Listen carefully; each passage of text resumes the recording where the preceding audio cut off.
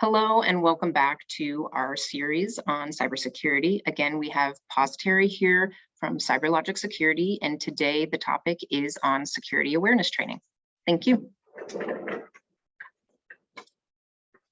Good morning. Today we're going to talk about security awareness and training. I'll warn you up front, this isn't the driest topic, probably not as dry as policies was. MFA got a little dry too. I'm going to try to keep this moving fast. We probably won't go the full hour unless you guys have lots of great questions, and then we'll obviously hang around. But this is it's a stretch to make this an hour. Some of this stuff is pretty basic, but we will go into some depth here about the security awareness part. I think that's something that gets left behind sometimes. We talk about training, but the topic really is security awareness and training, and they are different things. So going into this right away.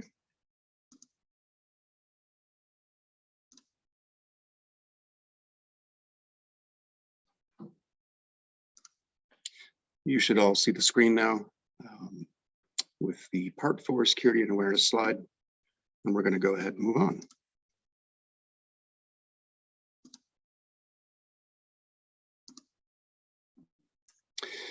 So reminder that we have upcoming webinar, our final webinar in this series, basic top 5 things that your businesses should be doing. We're going to focus on business continuity and disaster recovery planning. That is a big topic, and that will certainly take the full hour on that one. There's a lot of really good info we can share with you in that one, including how to get started on a business continuity plan. That is no small feat for if you've ever undertaken that kind of project.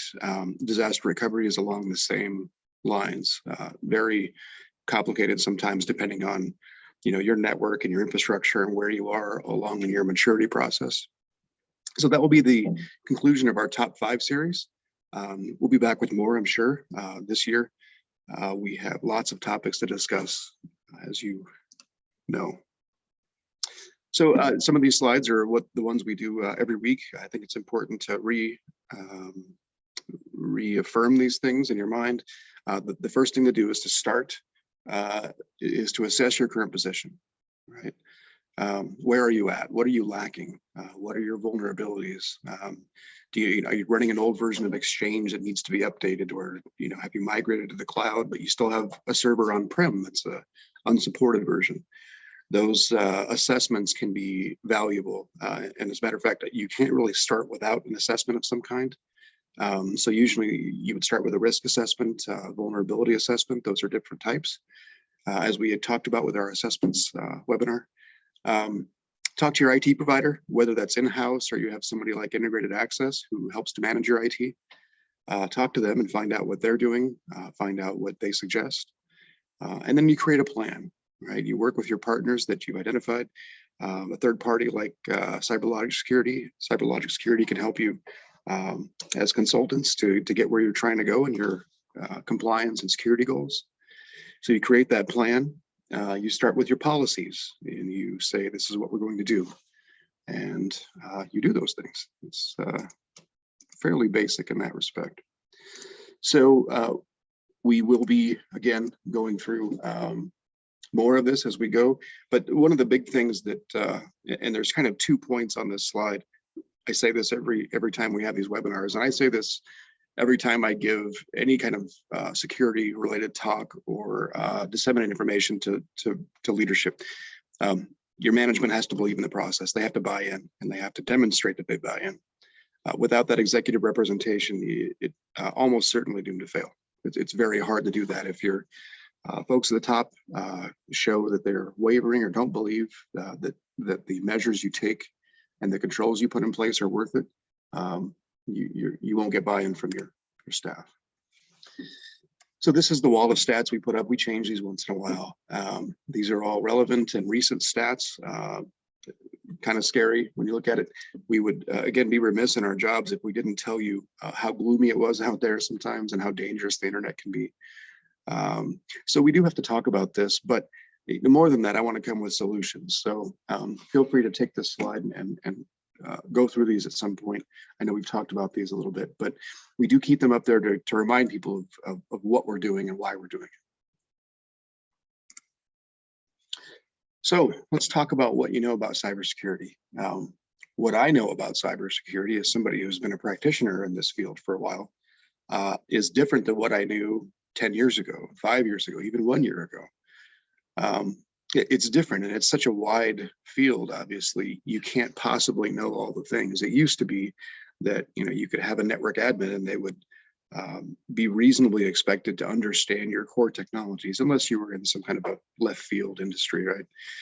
And nowadays, that's just not possible. With all of the recent advancements we've had with cloud adoption, it really is a different ballgame, and it is impossible, even for the smartest person, I think, to be competent in all of these core skills that you have to be able to support a modern business. That an average one has some cloud hosting and maybe some on-prem stuff, even small ones.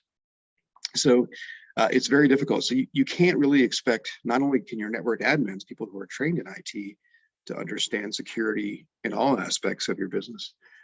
You certainly can't expect your rank and file, the people that you hire, and your staff that has other duties, right, to really understand cybersecurity at the basic level. I think we just can't count on that anymore. So the question that I ask people sometimes is, do you test for cybersecurity awareness before you hire? The platform that we use for training does have that option. So it's a very basic test that just challenges an individual's understanding of cybersecurity, and you can find out kind of what they know. And again, this is a very basic level. And I'm not saying that if somebody fails that test that they're not worth hiring. It's just a data point. It's just a data point meant to help you make better decisions about who you hire. So I would highly suggest that you undertake that. If you're not doing personality testing, there's a lot of people have strong feelings about those issues sometimes. But cybersecurity awareness is not, there's nothing political about that. There's nothing, like, personality tests can be used sometimes in ways that aren't helpful to staff members, right? You can be told that you're this personality type, and if you disagree, then it could be an issue. And I'm not going to bat for all of those things. I've found personality tests to be revealing, but again, it's a data point. It's not a pass-fail kind of thing. So we do highly recommend that as a factor that you take in when you hire folks. And then if they're not up to snuff, get them more training. And it's not that hard. And we'll go through some avenues you can take to get them that training. So cybersecurity is just not taught in general education studies, right? You'll see that a little bit in some of the maybe charter or tech schools sometimes if they have a strong technology program. But even still, I would say most of the time they're taught core things like coding. So you have a skill there, but you don't have the platform, the general knowledge platform, to understand security. And that is certainly a failing, I think, in our education system right now. I think that's going to change. I think we're starting to adapt and respond, probably 5 years too late, maybe 10. But I think we're starting to get the message there that we all need that, right? And the last thing I'll say is that the industry just changes quickly. If you had asked me a year ago that if I would be talking about AI as a security issue for small and mid-sized businesses, I would say probably not. It might be a few years away. And that's just kind of caught us all, I think, by surprise, just how widely those are in use now. And it could be a flash in the pan. Some of this stuff could be, everybody goes to play with it. They make pictures that look, funny, and they write an essay or something, and you can have Chat GPT, for example, do some of your writing for you. That's great. I will say my personal feelings on that are that AI is a tool, and like all tools, if you use the wrong tool for a job, you will be it will take you longer. You may not get the job done. It might be dangerous. So picking the right tool is really important. And I think we just have to remember that AI is the tool that humans created for human use, and it should stay that way, right? If it grows beyond that, then it's not really serving its purpose any longer. And there's some astounding things to be realized with AI. There's so many things we can do that, especially in the medical field. And there's all kinds of great things we can do. But like any tool, it's dangerous when used incorrectly, right? It's very easy to accidentally, for example, copy in information there that, let's say you're looking at a highly technical problem, and I'll just say, sometimes you're uploading lines and lines of text. If you're, trying to make a PowerShell script for work, for example, you can upload lines and lines of text, and it can be easy to accidentally copy in something that you don't want people to know, right? Your domain structure, your domain controller names, that's stuff that really that shouldn't be out in the general public. So it remains to be seen how widely this data will be used and kept by AI. And that's one of the things we're all kind of scratching our head about, going, what are you doing with this data, right? It's not learning necessarily. And so most of these are not keeping that data supposedly. The new generations are. They're recording this data and recording responses and learning from their own responses. So with AI, it's just, like I said, this industry changes kind of quickly. So we have to kind of pivot, adapt, make sure that we are talking about that. For example, we've had a policy discussion before.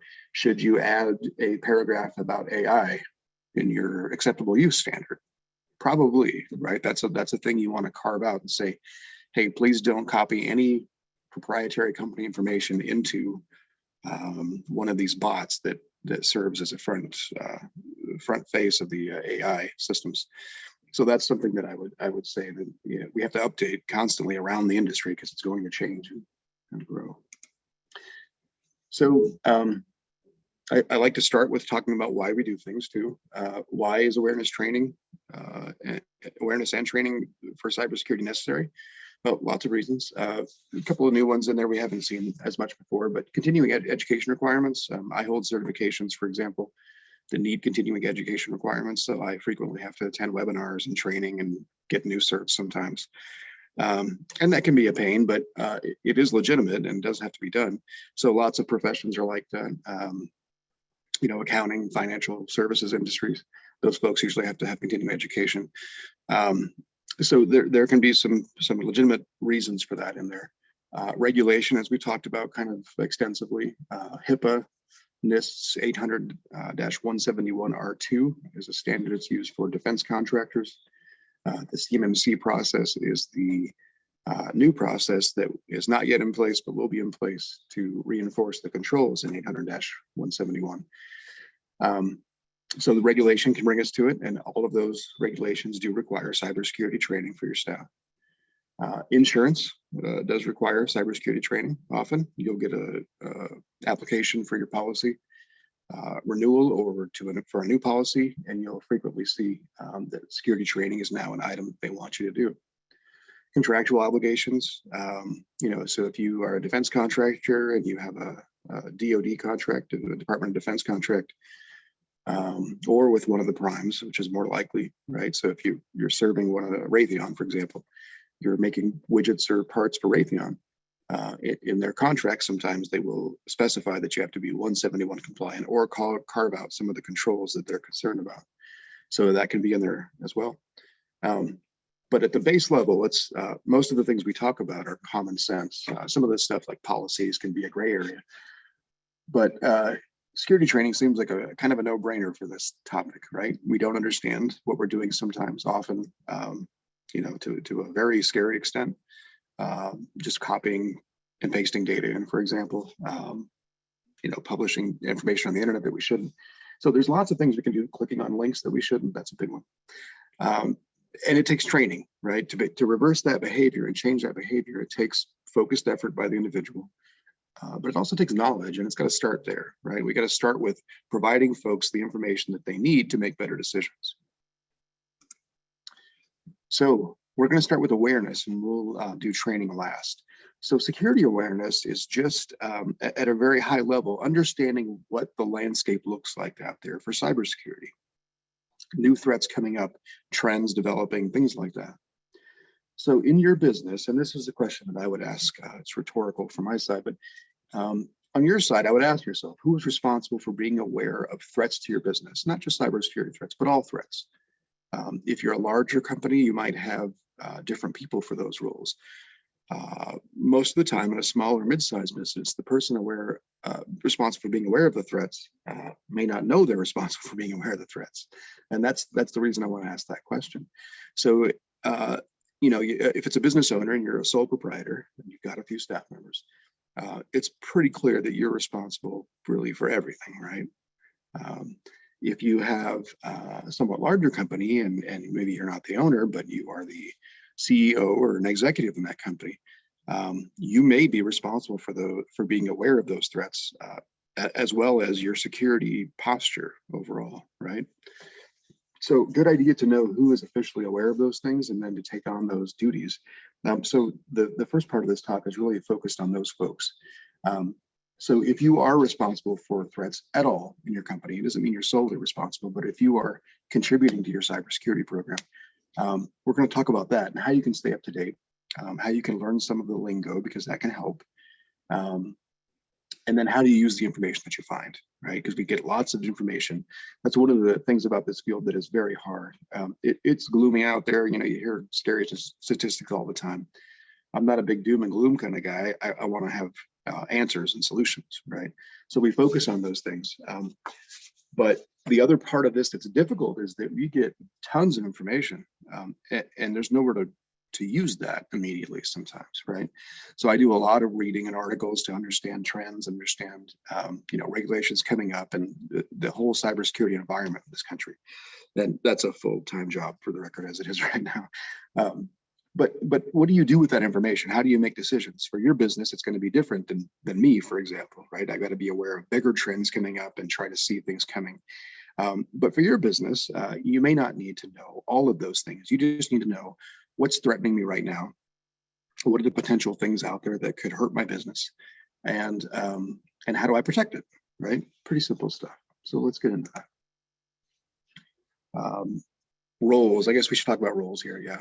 So mid-sized to larger companies may have a named ISO or an information security officer, right? So CISO is used a lot, or I've heard CISO too, which is a chief information security officer, and that is a C-level position. That's a role that I hold frequently. So that's somebody who's developed in those things. But you can still be an information security officer and not have the background or the training, the deep training to be a CISO, right?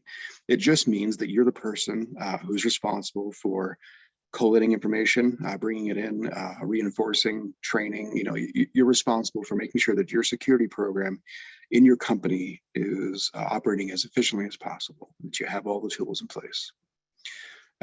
It can just be senior leadership. It can just be, and it depends on the structure of your company. This works best if you have somebody, usually a single person, one entity responsible at the top level for information security. That just works best that way.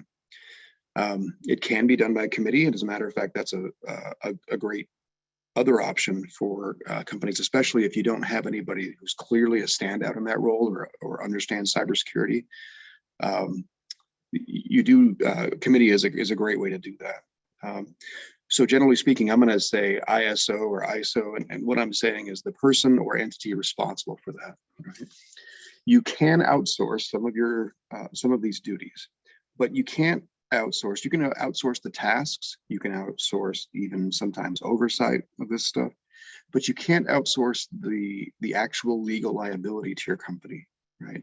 That's going to almost always be retained by the company, no matter what you put in print, or sometimes even what you put in contractual language. It can be null and void if it's not seen by the courts that way. So be careful with this. You can outsource things. So if somebody says, "Hey, I want you to be my CISO," we have a conversation where I say, "Okay, there's different kinds of CISO. There's different levels of intervention and involvement." But to have that liability, there needs to be a different conversation about that. So just know that even if you have somebody who's outside your organization acting to help you as an ISO or information security officer, the liability is almost always still held by the company, by your business, I mean. And this is, I'll say this is a fairly new industry, right? And anytime that you have a new industry pop up and there's money involved, you're going to get some frauds out there.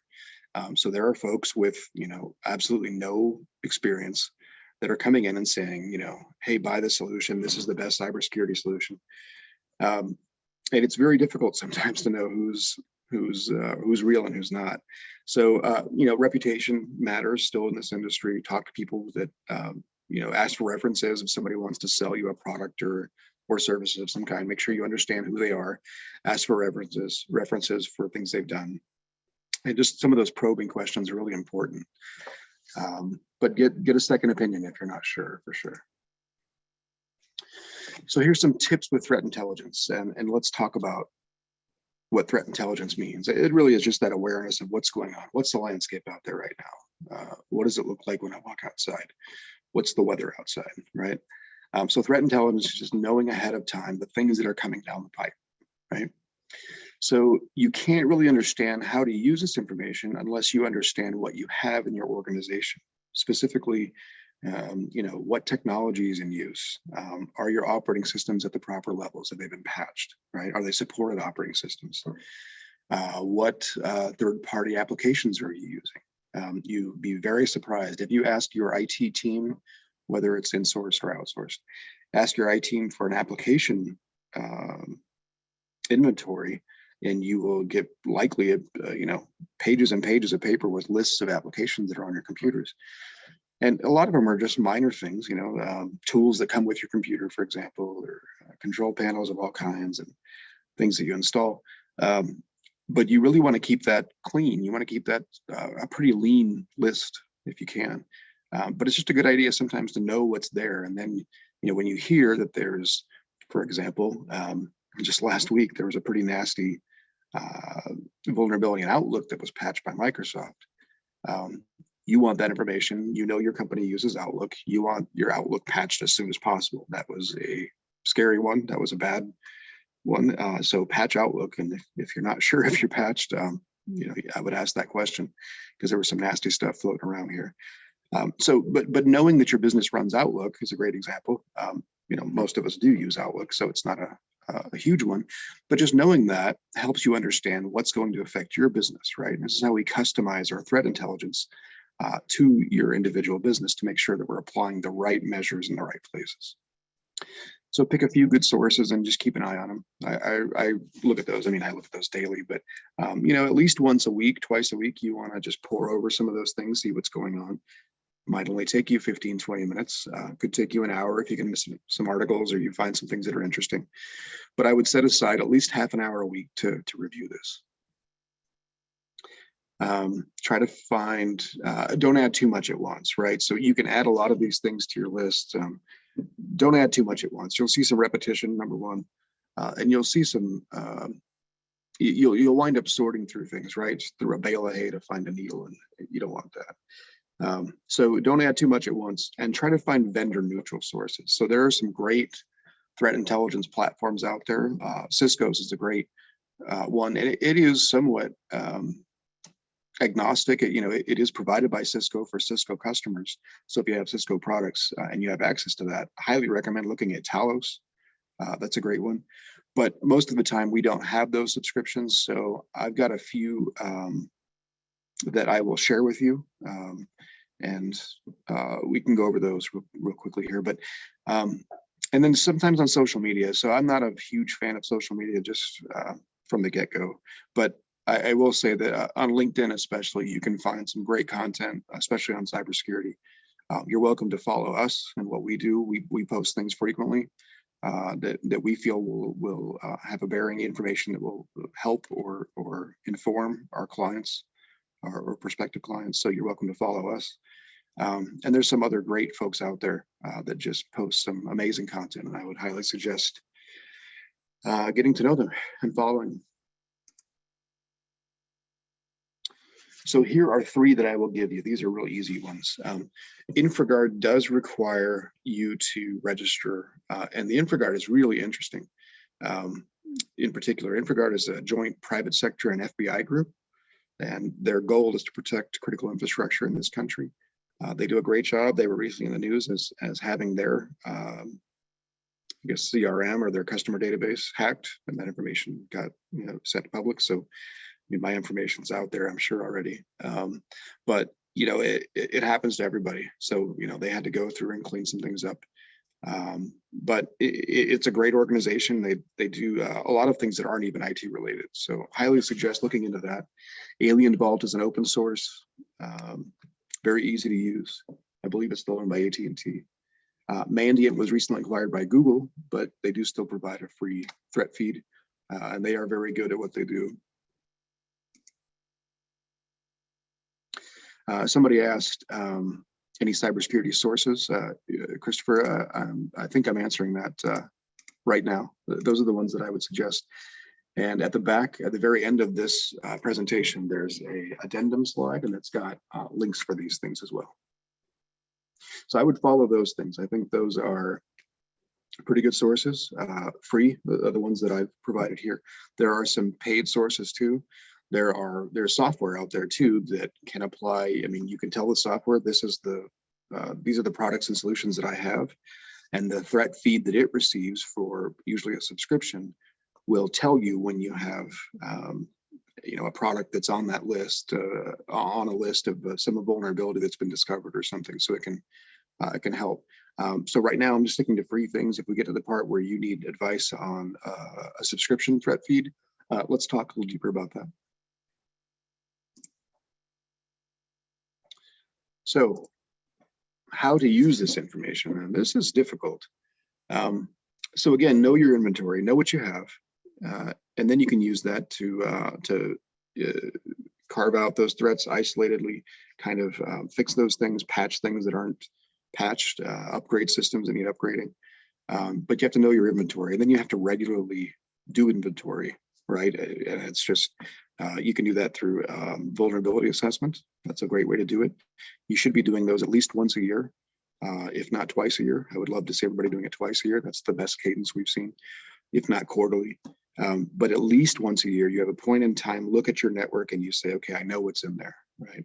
And you use that as your map really with your threat intel, and you go, okay, I know I have a Dell server that I just saw something for, and I believe my model number is in there, or I believe the software patch that I need is there.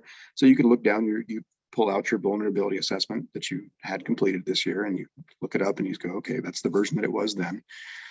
And then you would have your IT team take a look at that and make sure it was up to date. So that's how we normally use that. I used the Outlook example earlier.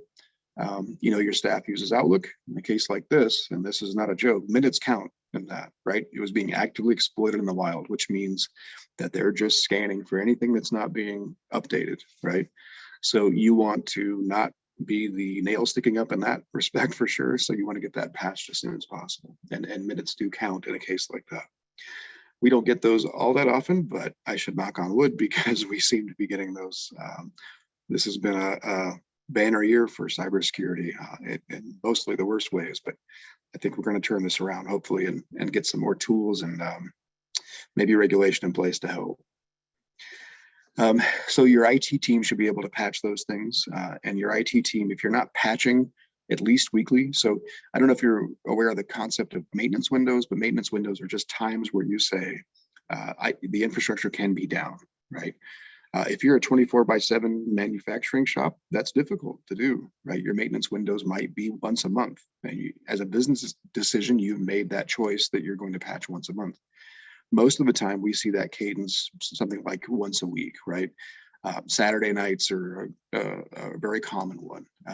I think you probably should have 2 maintenance windows. And again, this is something you can talk to your IT teams about, whether it's insourced or outsourced. You definitely want to have more than 1 patch window, right? Tuesday night, Wednesday night, and Saturday night, something like that, where you can get a couple of tries just in case systems are offline. So update those devices and software regularly, right? So you get those reports, and hopefully you're getting those reports from your IT company or your in-house IT that show you where you are. Are you 100% on Windows patches? Are you covered on the critical things? Firmware, BIOS updates, things like that need to be tracked as well. So have a plan for these out of band and the or 0-day things. And the Outlook issue that I mentioned last week was technically a 0-day, right? That means it's actively being exploited, and Microsoft is furiously trying to get that patch out there. So great that they have the patch available, and that's what we're looking for, but it's also being actively exploited. So have a plan for those things, how that 0-day goes, right? And it could be Outlook, and next time it could be something else, right? So have a plan for those things. You'll get to practice it, I guarantee it. Track historical trends. So, a good example is LastPass, right? They've had certainly a black eye lately, and deservedly so, right? They made some some huge problems there. But I don't know of any any company out there that's not having problems like that. So reputation sure matters. And if you see a bunch of things happening in a row, right, where T-Mobile, for example, got hacked technically 100 different times in a year or something like that. I think it was the same attacker most of the time. But that's troubling, right? That shouldn't be the case. So, you know, when you hear these things, I don't take anecdotal evidence as anything, again, other than a data point that I'm using to make decisions. But my point there is capture your data points and see the trends happening, right? And try to work with companies who take cybersecurity as seriously as you do. And just push to get your stuff patched aggressively. That might mean that, you know, you are down for, you know, 15 minutes in a production environment. Sometimes that needs to happen. Could be longer. Work through your IT team, but it can be worth it. I'm not saying patch everything the minute it comes out, but we need to get much more aggressive in patching some of these things. And discuss with the experts, right? If you're not sure, it is really easy. I mean, first, I'll tell you, I'll be honest with you. For somebody who's done this for a long time, it's very easy to get confused about what solutions are going to be in place, the proper steps for things. So number one, I would say just write it down. Have a plan in place. Honestly, a written plan that tells you what I'm going to do in certain situations, right? We can help with that. So we've got incident response plans we can help with. We've got disaster recovery plans and all those things. Templates, and we can help you build those programs out. But until you have that plan, you're really just kind of winging it when these things come up. So discuss with experts, get in these conversations, find out, you know, what other people think. Certainly don't take just my word for some of these things. You definitely should get opinions, right? At least a few solid folks, and you might get different opinions sometimes. I frequently have disagreements over technical things with people that I respect widely, and I think sometimes are, you know, even better than me at this kind of thing sometimes. But that's natural. That's going to happen, right? Most of the time, though, we are generally agree on some main things, right? MFA as a whole is good and will protect you. Security training is something you should do for your staff. So you'll get some differences of opinion sometimes, but it's definitely worth having some conversations, and you may not understand all the things being said in the conversation. If it's somebody like me, just say, hey, I don't know what that means, and we're happy to educate, right? We tend to talk past folks sometimes just because I guess it saves time. This happens in any industry. You know, you just assume that people know things. But if you talk to somebody and you're not understanding what they're saying, just say, hey, slow it down, or can you spell out the acronyms for me, or explain some of those things? Explain like I'm five is a common one too that I say sometimes. But get the knowledge that you need. It's definitely worth it. So let's shift into training now. So what is the best method of training your staff? And how can you be sure that your staff is retaining that information? How often should you be training your staff? And what topics do you choose? So a whole lot of stuff out there. So you want to pick the right topics for your staff, right? So let's dive into that. So most of the time, the training that we talk about in this is going to be online, but not always. So let's go through some of the situations where that makes more sense. For most companies these days, with the online platforms, as intelligent as they are, online training is probably the most effective. That's going to be your core training solution, usually as an online platform. They're going to have specific nuggets for, you know, MFA, for example, password security, and they have these bite-sized chunks sometimes that you can make sure people see. And you can have people do things, you know, they're training, they can attend from their desk or home or whatever it is. So there's a lot of flexibility out there too. But I will say online training is probably where you'll wind up on some level. Now, we recommend both sometimes, right? There are specific things that it helps to have somebody come in and do a talk, right? Because you can have a little more back and forth, and you can say, well, how does that apply in this environment? Because that's the question, right? We all know the rules. We all know, you know, some basic hygiene about this stuff. but how does that work in my environment, right? And does it apply to my environment? Those are great questions. And you can't know that until you get into have some back and forth with people and have some discussion. Till you get in and understand them, because every organization is out there is different, right? So there are lots of solutions out there. Be careful. We like our platform. We've picked it over several others, but there's some great solutions out there. CLS at Cyberlogic Security, we've found, and this is somewhat anecdotal, backed up by some science too, that micro training is the best way to get your staff up to par. And the micro training is just regular, usually weekly training things. It takes maybe 10 minutes to watch a little video and do a little quiz. We've seen some really cool things come out of that, right? You test right away, so you're reinforcing that knowledge.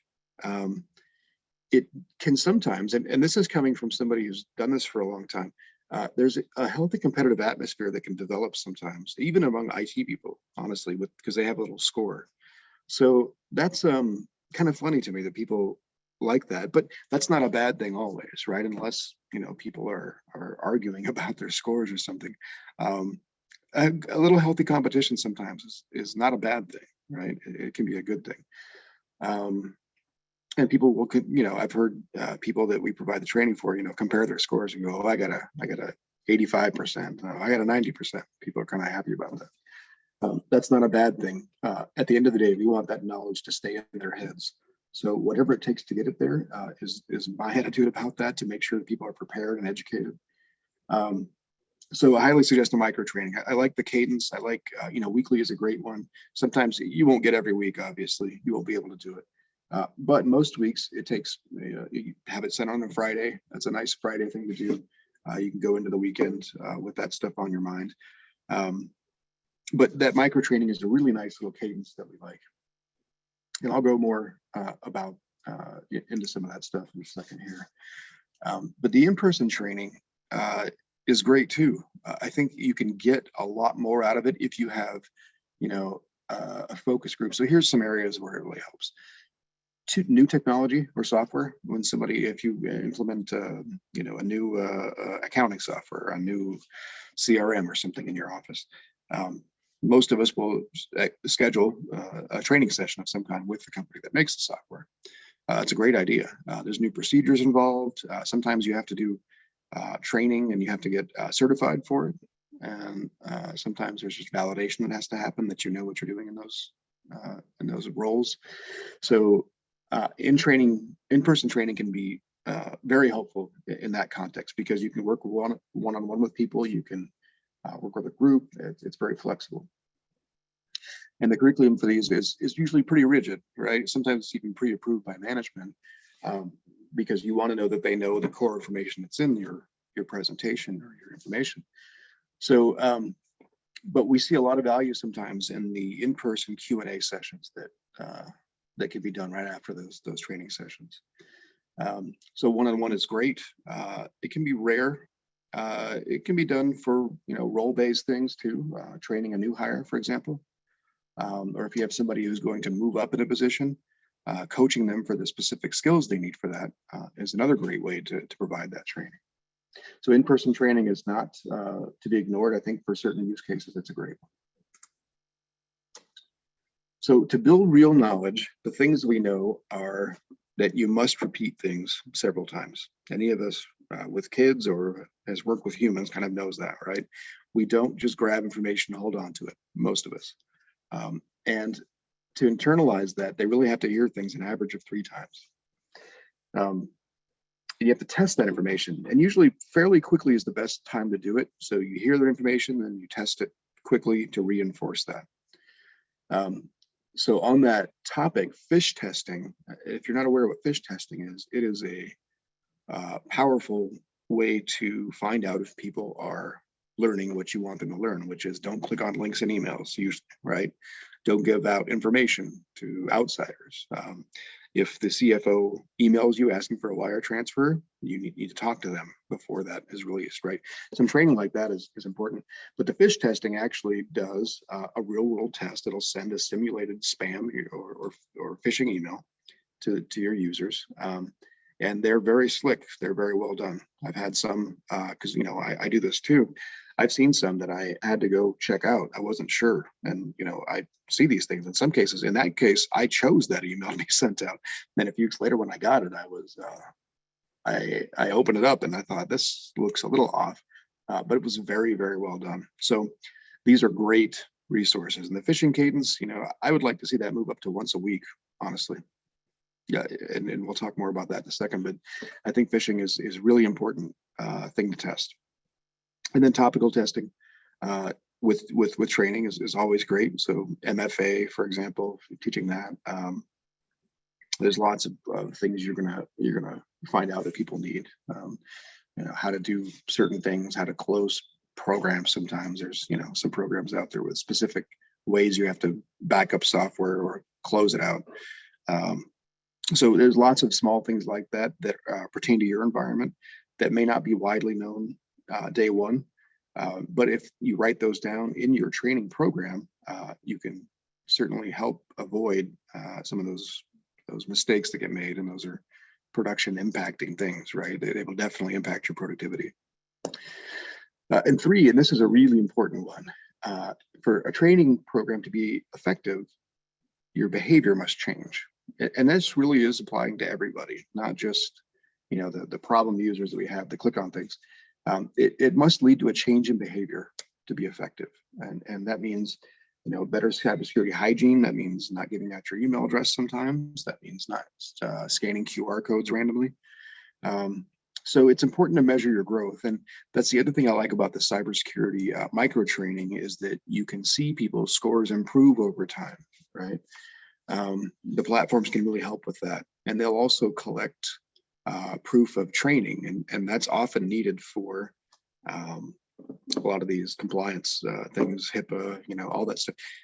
NIST, you have to show that you've got people trained. So that can be, you know, if it's an in-person training, that can be a sign-in log with everybody signing in and out. And then sometimes a letter of attestation from the person doing the training saying, hey, I did this training and here's what we covered.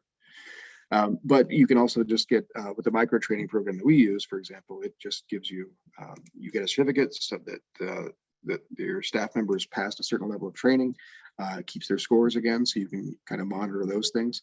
But we're looking for growth and we're looking for change in behavior. Those have to happen. So for cadences, for best practices, micro training, I think, is weekly, right? I think just do that, but it doesn't take much time. I think within 90 days, you'll see some improvement. And I put fish testing in the weekly column as well, because I really feel like that's the only way to be sure that you're doing what you can to empower people. Monthly, larger training topics are frequently done. HIPAA, whatever's coming up, you know, down the pipe. If you have new software coming in, for example, that'd be a great time to do that. You can sometimes just carve out a little bit of time in staff meetings, if you have all staff meetings, to just reinforce certain topics, right? Remember, you know, email attachments. Don't be very careful about those email attachments, because we had somebody open one last week and it was problematic. Mentioning those things is not a bad idea sometimes if you have everybody's attention.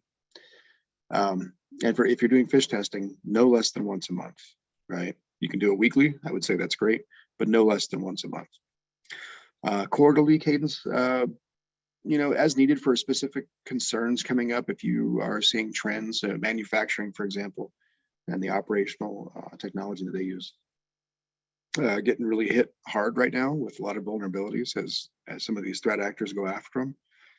So there could be, I could see a need for your manufacturing company to have an all hands meeting to say, hey, here's some concerns we have, here's what's going on, here's how we're dealing with these threats and the controls we put in place, just to make sure that everybody's on the same page. And then sometimes to prepare staff for audits and assessments, if you've been through those experiences. You do want to train people for what's coming up and to know what to say and not to say to auditors. Those are important things too. And annually, update your acceptable use policy terms. And we talked about this before. So for example, in templates that I use, I'm going to probably add an AI related topic, a little small paragraph in there, just saying, do not use proprietary company information in any kind of AI system without the express written consent of your your manager, your boss, whatever, something like that, just to help protect the company. So, and then there's role and task specific things, sometimes with a guest speaker, and that can have a real impact to have somebody come in from out of the organization and speak on these things. Sometimes that's just taken with warm weight, and I don't know why always. You can come into an organization and there's all kinds of personal dynamics in place. But I could say the same thing that your CEO is saying, but because I have other letters behind my name, people go, oh, that must be true. This is no different than any other field. This is, I think this is something we all experience to some degree, especially if you're considered an expert in your field. So those are the cadence that I would say are the most practical for a business. Your business may be different, but this is, again, just generally speaking. In terms of content, so you have so many choices for this. There are there's cartoons that do it. There's live action videos where people talk about specific issues, and they'll even do little sketches or skits to show you like how how not to do it, how to do it, almost like some of those silly safety videos we've all been forced to watch. Sometimes they're better production values than some of the older ones, though. So there's lots of stuff out there. The best platforms out there that I like, and I've used, there's I think Ningio is one of them. There's KnowBe4. There's we use a different platform for cyber security that we like a lot. But there's some great stuff out there. The best ones have phish testing involved and have remedial training available. So what that means is that if you send a phish test out and you're doing it weekly, and user A clicks on a link in the phish test, and so they get a little thing pop up that says, hey, you've been phished. This was a test, and if it was real, then you might have gotten ransomware. Little screen pops up, and then it enrolls them in additional training, especially on the topic, so you can have the topic match the email, right? So not surprisingly, some of that is recognizing bad links and not clicking on links in emails you're not sure where they're from. So that automated system is really nice, and then you get feedback as well from the system saying, hey, this user clicked on a thing and they're getting remedial training. So this allows you to really set a baseline for security knowledge in your company, and then manage the exceptions, right, when you have to. If somebody's not picking up the information, or if they're making the same repeated mistake over and over again, that could be an HR issue. That could just be a really focused training issue. And I certainly would try that first. Make sure that, even if they're considered a problem user because they clicked on things, let's make sure we've got them the knowledge and that we're offering at least the ability to educate as much as possible. If you have regulatory standards, again, HIPAA, NIST, any of those things, and there's other ones out there as well. When people do training, gather those certificates, keep them in a central place, because you will be asked for those things. The governing body CISA, which is Critical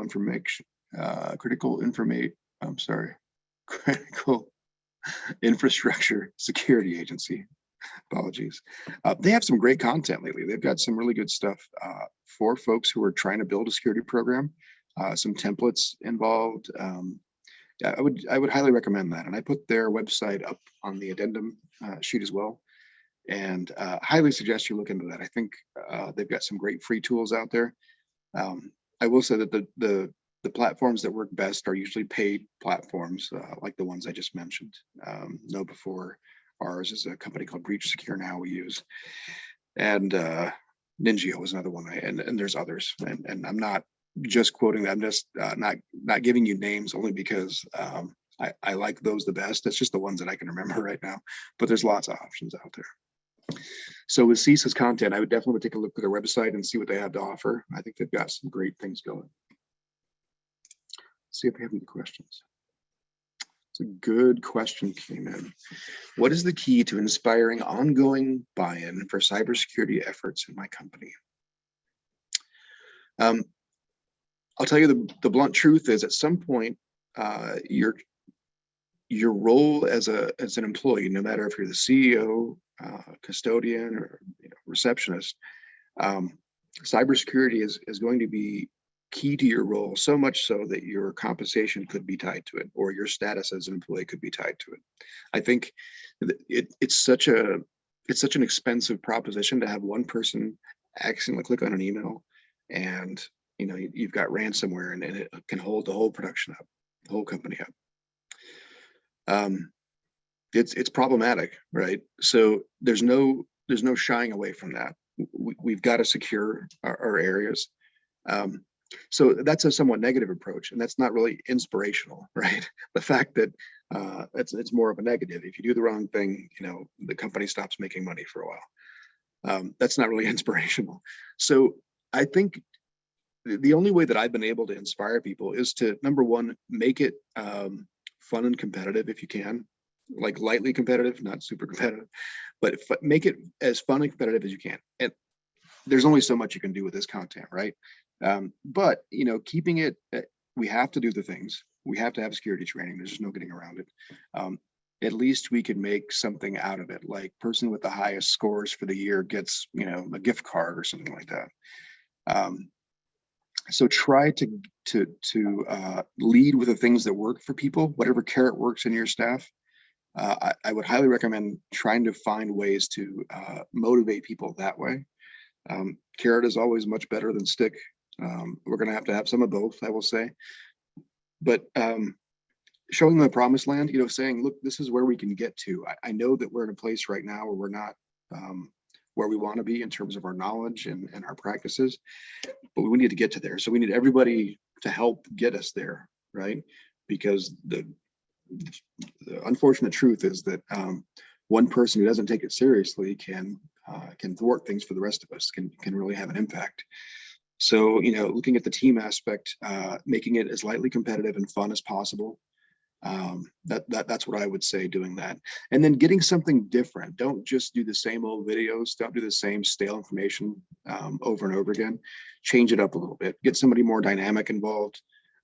We do training sessions. We can help and get that done. There's lots of folks that do things like that. So sometimes an outsider coming in can help as well. That's what I would say about that. And do I recommend different options or processes for Mac users? Yeah, so there's it's a shame Michael's not here. He's a Mac guy, and he probably could tell you, well, he could probably use the rest of this time and just tell you all the things you should be doing for your Mac. There's antivirus for Macs. There's MDR for Macs, managed detection and response. Highly suggest looking into that. Macs are still not a huge part of the makeup of computing systems out there, but it's growing. So they're not a target until there's a vulnerability found, and all of a sudden they are a target. So a good hygiene is always important. So encryption for your Mac is always important. Make sure you have that on. Long passwords, things like that are always important. Routines that, maintenance routines that need to be done. There's things you can do for a Mac as well. And you can attach a Mac to a Windows network, for the record. I mean, you can attach it to the domain. It can be a domain join Mac. The functionality is a little bit different. It's scaled down for sure. But if you shoot me an email, I'd be happy to send you a few links to help with that. And that's what I would say about the Macs. It's not that much different from a Windows system. You're going to have some maintenance that has to be done. You do want security software on there. And then the same hygiene rules apply, right? Use a good long password, encrypt your data on your laptop or your PC or your Mac. Same things apply. How did I get started in cybersecurity? I got started in IT a long time ago. I worked for QuickBooks desktop support. So I would talk to people, to teach them how to use QuickBooks. And I had done some PC building before that, lightly. And when I was a kid, I did coding on a TI 994A, which is an older system, and used to record data onto cassette tapes, like regular cassette tapes, same kind of thing. So that's where I got started in computing, was in that. I'm not a ones and zeros kind of guy, though. I'm a little more high level. This stuff's interesting to me. All these things are interesting to me. All these topics are interesting in as much as they are a tool to get me where I want to go. But I'm not doing research on my weekends in my home lab and stuff like that. I'm really focused more on people than I am on technology.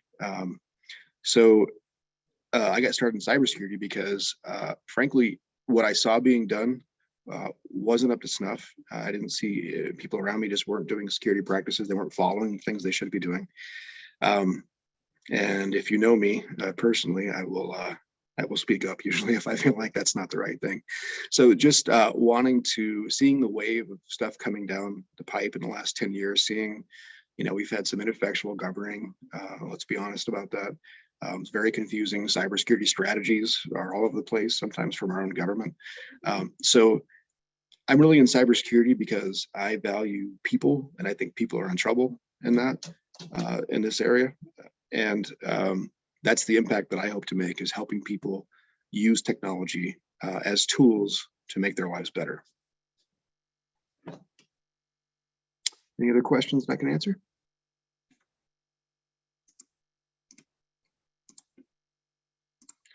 Okay, we're going to wrap it up for this session. I really appreciate everybody hanging in there with this security awareness and training session. We'll see you all in 2 weeks for the final webinar in this series. We're going to talk about business continuity planning and disaster recovery planning. Hope to see you there.